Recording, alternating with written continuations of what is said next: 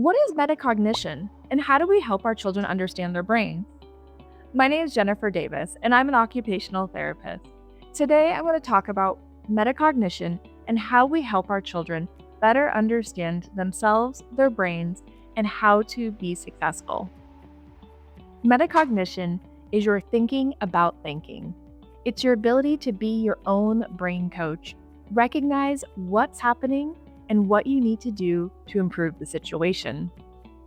Our children with ADHD often struggle with metacognitive skills. They have a hard time recognizing what's happening in their body and how they can make improvements. One of the most powerful ways we can help our children is to recognize what's happening in their body without blame or shame so that they're able to make improvements in the skills they're trying to accomplish. When thinking about metacognition, we want our children to be able to recognize what's happening in their body. This may be things like, I'm cold right now. I should go get a jacket. Or, that pain in my stomach. Maybe I'm hungry and I should go have a snack. When children are able to recognize the physiological things that are happening in their body, they're able to respond to them. This may also include more emotional things, like I'm feeling sad right now. I should go play with a friend. Or I'm feeling a little scared. I'm not really sure why, but I should change the environment. Being able to recognize what's happening emotionally or physiologically in our bodies allows us to adapt and make changes. Many children with ADHD have sensory differences that make them experience the world differently. They may also need more opportunities for rest, breaks, and things may become more overwhelming to them. If a child is able to recognize, right now I need to take a break because I'm not doing very well, allows them to then be more successful with the next activity. One of the biggest mistakes that people make when working with children with ADHD is to continue to try to push them when they're not ready. When you're trying to have a child do a 30-minute seated activity who isn't emotionally or physiologically ready, you're going to be struggling the whole time. Of that 30-minute activity, it may only result in just a couple minutes of successful actions, versus if you take things slower and recognize that the children first need a bathroom break, a water break, or even a movement break. Taking those couple of minutes to meet the physiological or emotional needs of the child then will set you up for success for the rest of the 30-minute activity. Many children struggle with thinking about thinking, that metacognitive skill. We're able to help our children with metacognition when we are able to help point out and scaffold when we think we may need something. You may see a child shivering and ask what's happening. They may not actually recognize that they're cold at that moment. You need to help them recognize when you're seeing that physiological response that they need a jacket in the moment. We could just hand them a jacket.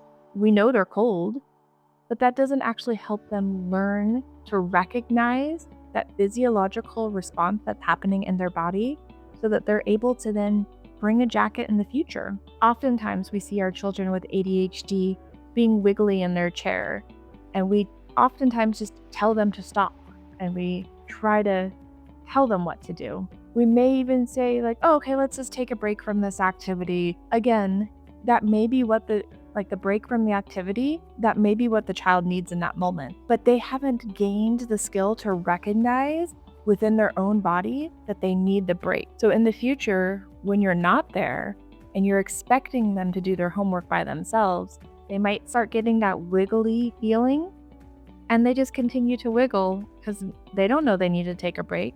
You never told them they needed to take a break. And so the activity, that homework doesn't get done.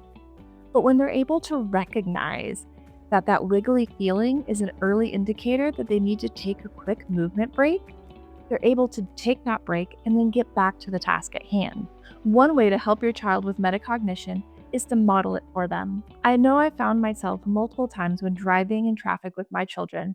I find myself getting frustrated because I'm worried I'm going to be late to where we're going to go, the car in front of me cut me off, or one of the many other struggles associated with traffic. I feel that upset and frustration building up in me, and that's a great opportunity for me to help model that for my children.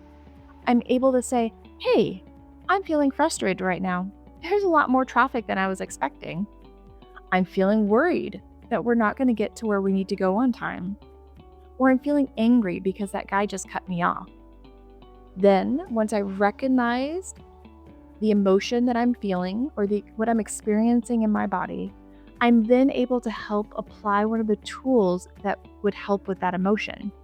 This also helps our children recognize that we can change our emotional state.